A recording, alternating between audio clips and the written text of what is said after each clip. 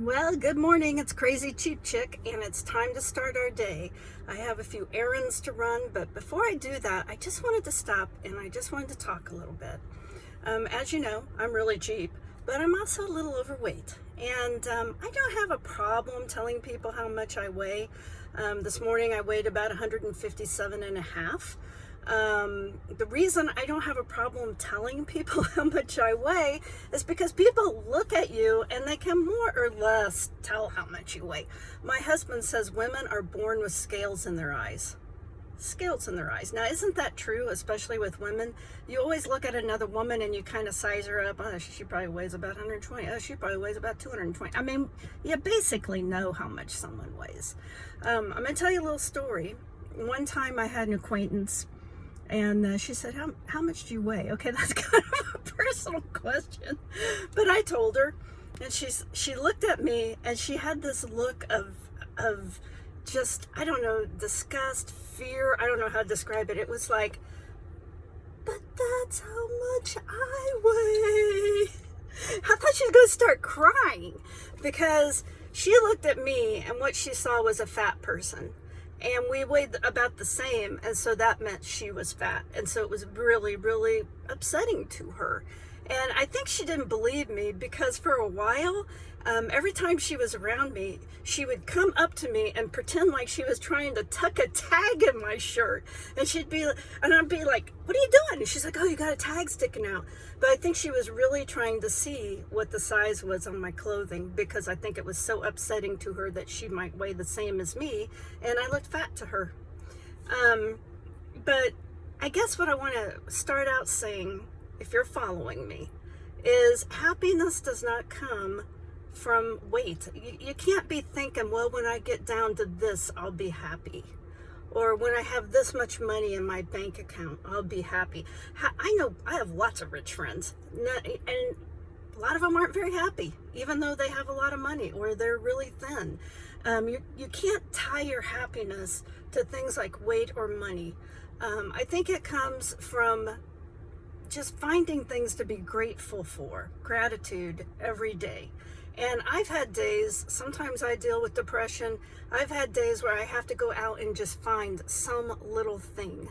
It might be a flower, it might be petting my dog, it might be a hug from a grandkid that gives me happiness. You can't find your happiness in superficial things like money and weight. So let's get on our day. We're going to have a positive day. We're going to have a happy day. We're going to find things to be grateful for. To you, I just got to stop and say hi to you. Oh, sorry.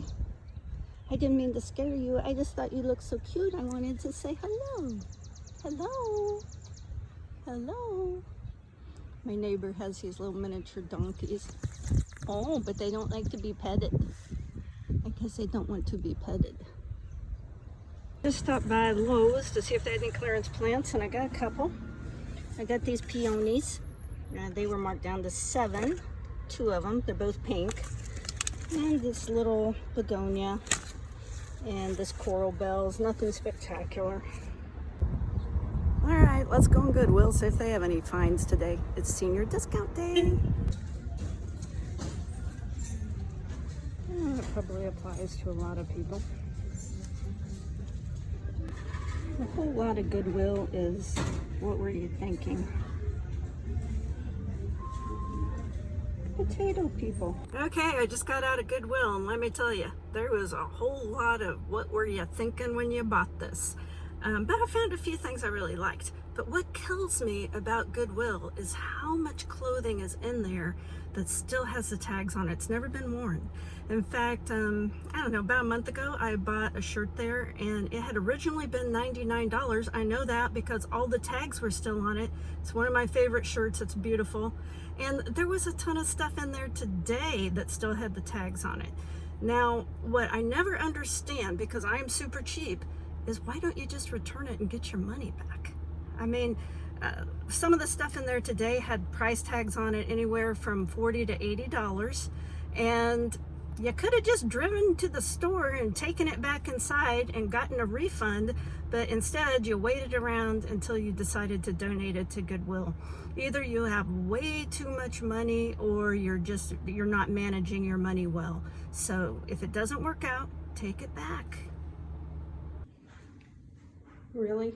You're just gonna lay right in the doorway, half on carpet, half on tile? Really?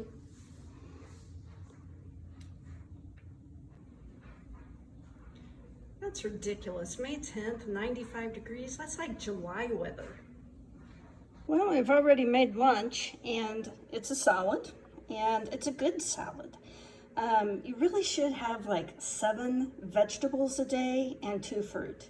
And if you eat just a salad, you're probably gonna get that. I mean, I think I've already got, oh, there's lettuce, a little bit of red cabbage, grape tomatoes, carrots, celery. I might throw a little onion in there. I haven't done that yet. Red pepper, half a chicken tender, some pine nuts, a few flax seeds. I mean, this should have some pretty good fiber in it. I haven't added it up yet. This is going to be this is about 250 calories, but if I add some cheese or salad dressing, that's going to make it higher. Now, this is the lowest salad dressing I've ever found, and it's pretty good. It has no fat, it has no fiber, but sugar, 3 grams of sugar. It tastes pretty good though. You just have to limit it.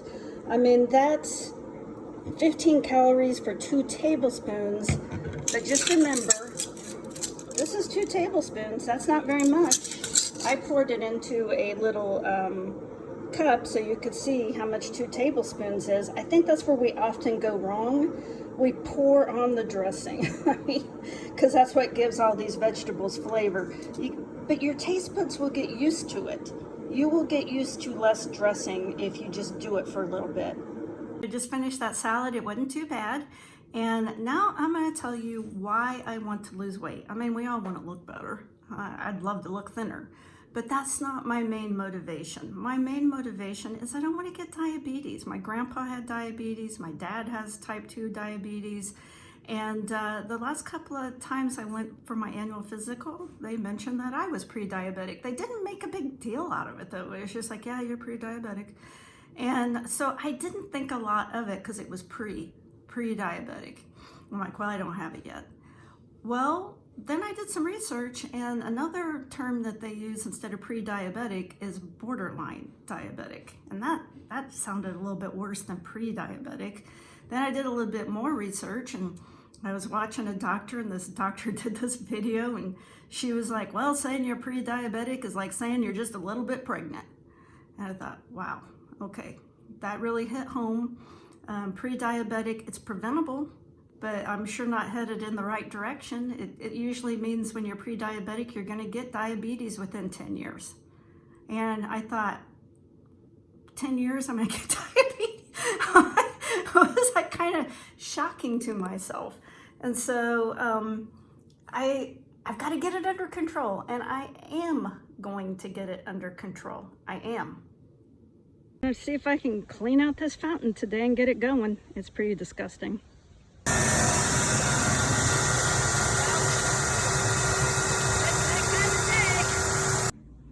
That's a pretty good looking dinner. No meat, just refried beans, rice, and you know, things like you put on a taco. I got that fountain cleaned out, but then when I went to turn it on, the pump had gone bad, so now I got to get a new pump. I bought this fountain like 3 years ago off Facebook Marketplace, and I paid $200 for it, and then it had a name in it, and I looked it up to see what these things cost. These things cost $1,500 brand new. It was super heavy though, really hard to get here. I was surprised we were able to do it without breaking it. And I've been planting roses around this fountain. I call it the Willard Aubrey Memorial Rose Garden. And I'll have to tell you the story on that name. A really good friend of mine said, Willard Aubrey Memorial Rose Garden. Boy, that's an awful lot to put on a park bench.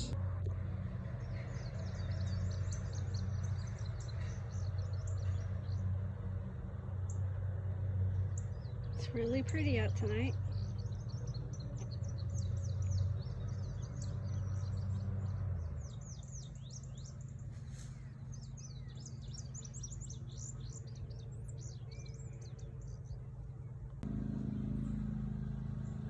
that's some giant lambs here back by the old well.